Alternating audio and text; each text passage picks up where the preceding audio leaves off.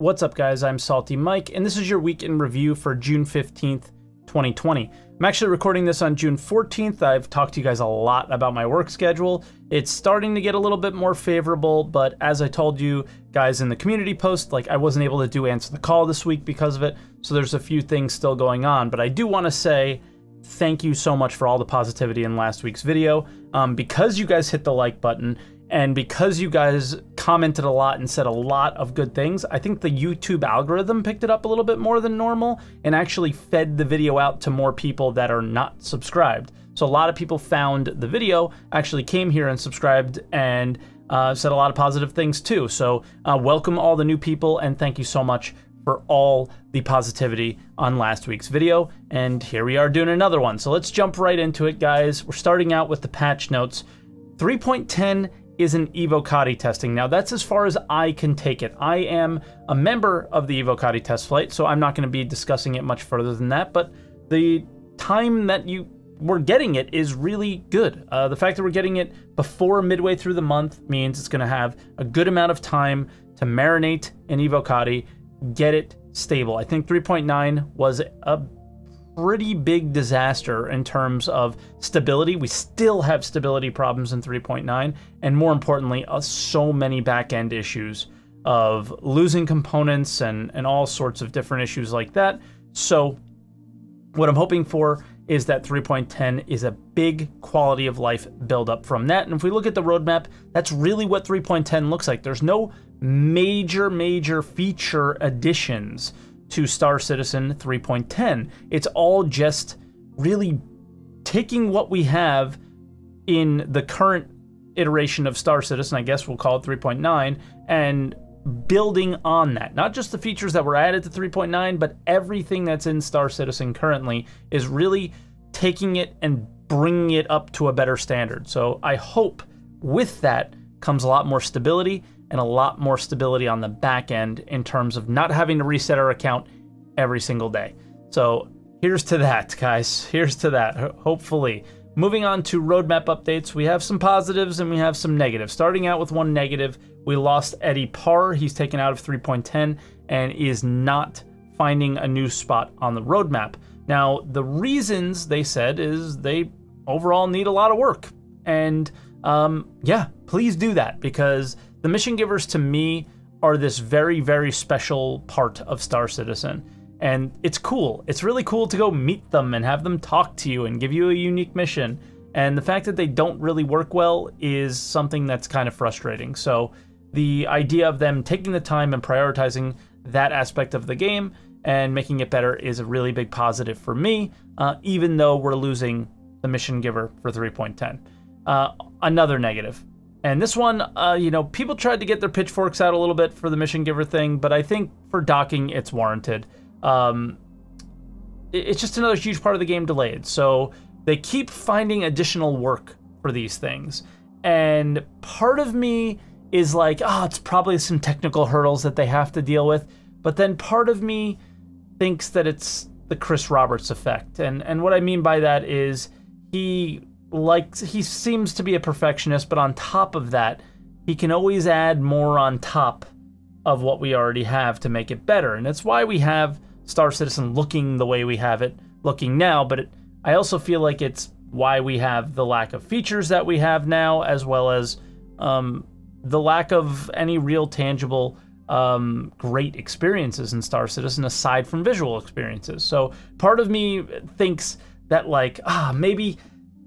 maybe he snuck something else in there and that's why we don't get it on time, and that's really disappointing for the Star Citizen community.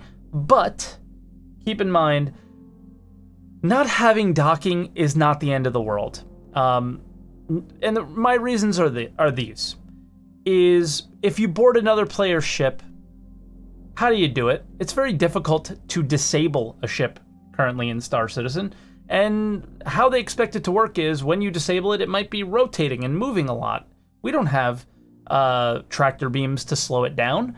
So the idea of docking being off the roadmap with all of the things that docking would make awesome not existing, I don't really find to be the end of the world, but it is a major feature that I think a lot of us were looking forward to.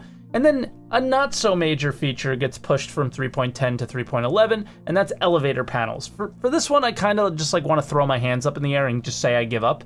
Because the idea of what these elevator panels were supposed to be is the elevator panels that we have in Microtech as well as in Archaic are just supposed to be added everywhere. What's the problem here? You know, just give us what you added. What did you change to make this not work? Because they're working in the game now. So I don't understand this one. So if anybody has an explanation, leave a comment below, but I'm not gonna believe you. And then lastly, for the roadmap updates, the P-72 was reclassified to a skin. So there you go for that. We talked about that last week a little bit, that, oh, did anybody get this ship? Because most of us used it for an LTI token, and a lot of you guys actually did. So pretty cool, guys, and thanks for commenting. Moving on to video updates, we had an Inside Star Citizen this week that was pretty good. And they started out with something actually really cool, and it's our first look at predators in Star Citizen. The first steps of creating predator creatures, where do you get going? For us, we decided to pick some archetypes that gave us at least some sort of direction. And these archetypes are more animal behaviors than they are necessarily visual. But this allowed us just to have some focus rather than just complete blue sky, anything. That sometimes is extremely difficult for a concept artist without having any direction. I like the idea of the archetypes thing. In the end, aliens are just that. I mean, they're really alien. They don't exist as far as we know. But if they did, we have no idea what they would look like and how they would communicate and move and all those things. So coming from a standpoint of something that we know as humans and pulling from that first, I think, is a really smart move, as well as when we experience certain aliens that have certain actions, we'll kind of know what to expect from them. And the two archetypes that they're working on are really cool, so check them out here. So after a couple rounds of reviews, we distilled down some of the ideas we were most excited about. And from there, we decided to focus first on two different predators from that group. First being a creature that we might encounter in the Pyro system. This is a creature that we're terming the Pyro Crab. So she's kind of a queen of a hive, and we'll have some sort of baby ones that all have some bioluminescence. And one way you might encounter this is the large queen can actually hunker down and sort of disguise herself as a group of rocks, where you might end up walking right up on one and not even know it's there until it actually reveals itself. The second one we wanted to focus on is a creature that you would find on the planet Microtech. Microtech, being a terraformed world, has an appearance more like Earth, where you see pine trees and things like this. So we took a much different approach to the way we designed that creature.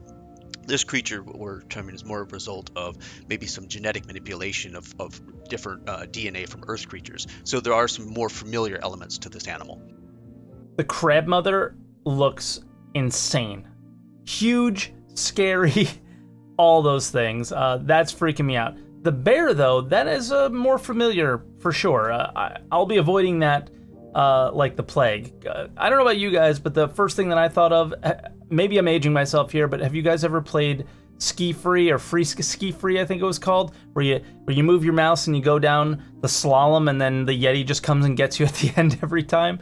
That gave me those Yeti vibes. But before we move on from these creatures, they gave a little clip here, and I think it should really create some expectations for you, because, I mean, look, I had a smile on my face. This is exciting to see some of these elements being considered to be put into the game. But watch this clip, and we'll discuss of why it should create some expectations that are maybe not so positive. So now you've seen the first two predators that we're going to be pursuing. What's next for us? Well, we're already working on creating a pipeline to make these things a reality in game. What that means is AI, design, animation, and characters will all come together to bring life to these things. We hope you're as excited about these as we are, and hope to show you more soon. So for those of you that are sort of new to the project, is when they say something like creating a pipeline, they've done this before. They've done this for ships, characters, and a few other things. But the character one, it took 2 years to get a female character into the game. Ships, it took them a very long time to get that pipeline nailed down, where they were pumping out ships pretty regularly.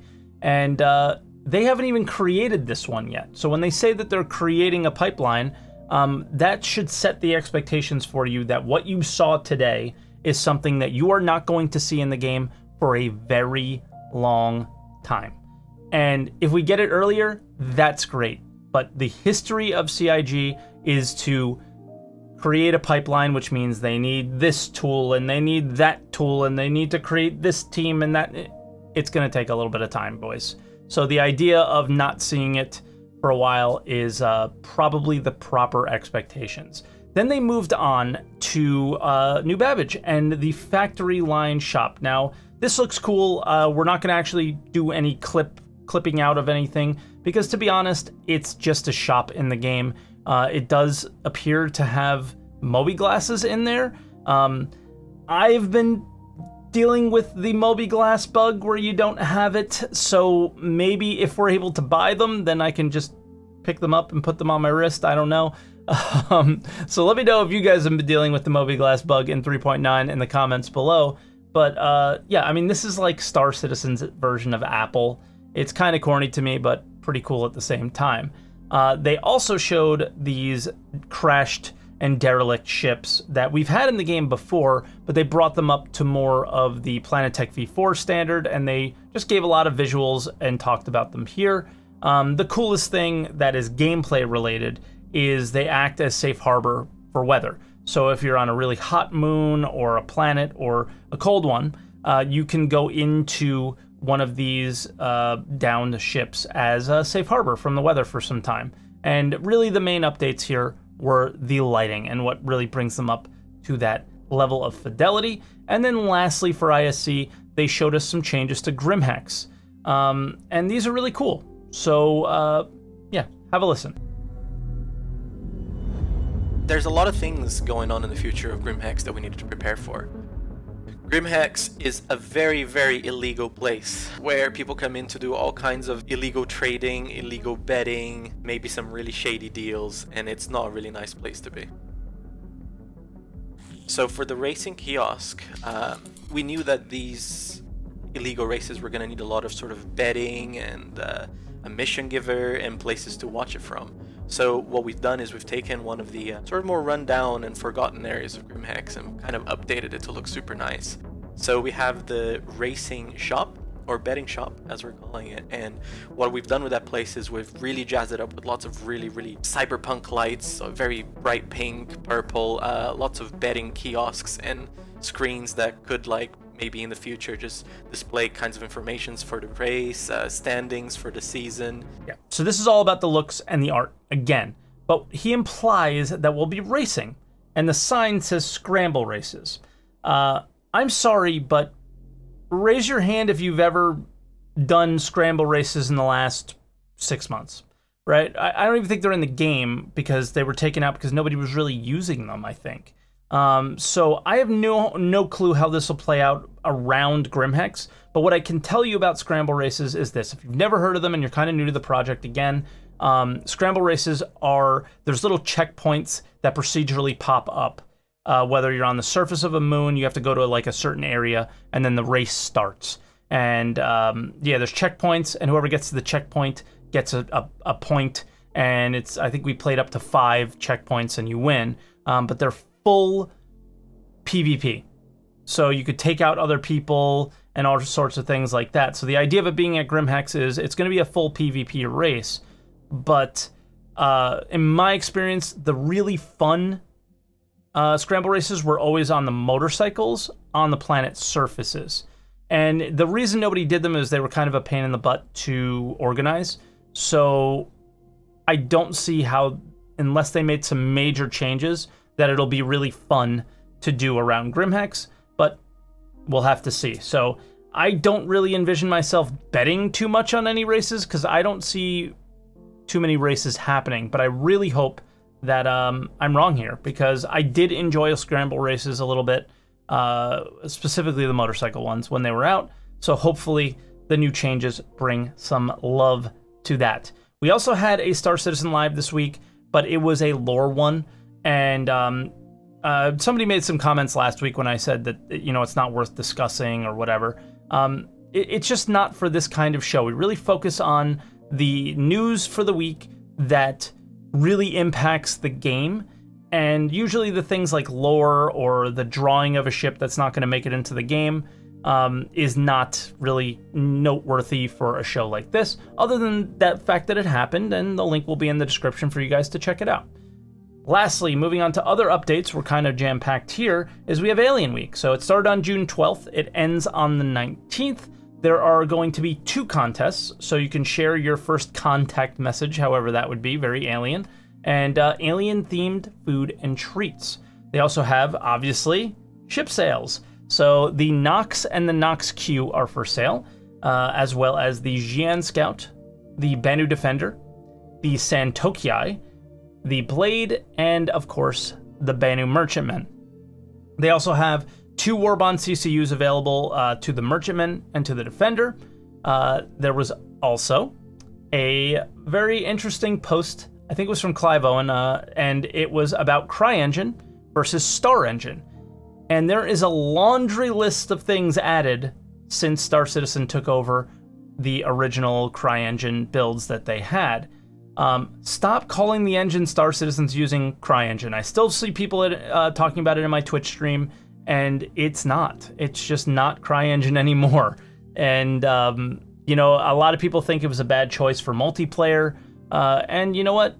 So far it's showing, but the fact that they've made all these changes to the engine and are kind of making it their own, hopefully it's not in the future. That's kind of where I'm putting my pole down, or my flag down on that hill, is that hopefully it's not. Also, they did a little something with the new account creation process. They put a video out as well as some written stuff. And yeah, it seems a lot smoother and easier for new players, which is great because the process was quite difficult. The original sign-up process with all these different names you have to put in, it's kind of a pain in the butt.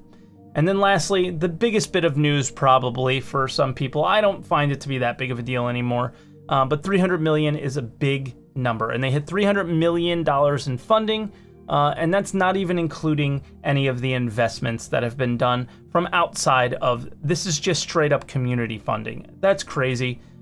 We have the craziest community in the world, and yeah, I mean, I've said it before and I'll say it again, this is going to be the most expensive video game ever made, and it should be. And I really hope that it works out and it's really awesome. And yeah, so thank you for funding this project. I know I've taken part in it too, but I know a lot of you guys that are watching have done it as well. So thank you for that, guys. And that'll leave it here.